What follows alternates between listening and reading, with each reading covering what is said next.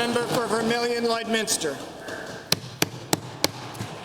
Well, Mr. Speaker, last week I quoted Polonius's advice to Laertes from Shakespeare's Hamlet.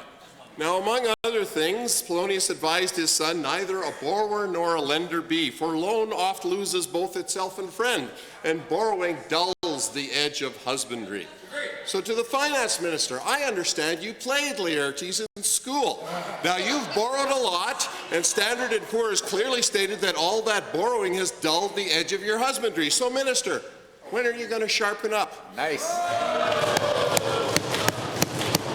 The Honourable Minister of Finance. Mr. Speaker, I enjoyed my high school years, and I also played Tybalt in, I think it was Romeo and Juliet.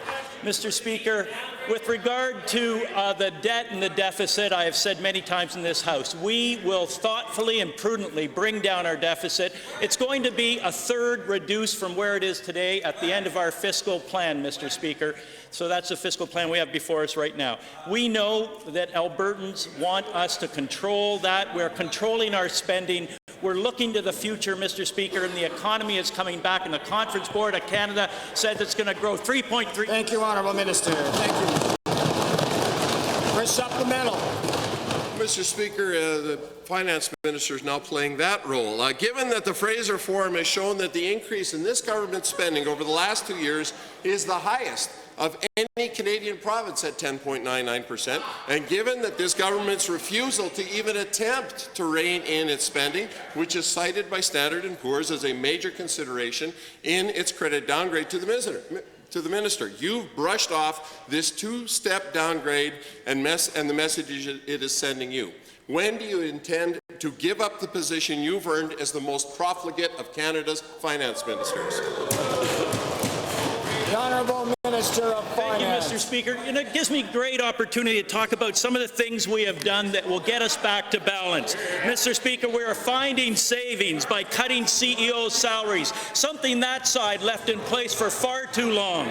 We are cutting the salaries and services by 2%. Mr. Speaker, we saved $121 million in doing that. We froze management salaries, cabinet ministers, MLAs, political staff. Mr. Speaker, we have amalgamated or dissolved public agencies, something that side left in place for far too long. We're making lives better for Albertans. They would make it worse, Mr. Speaker. Second supplemental.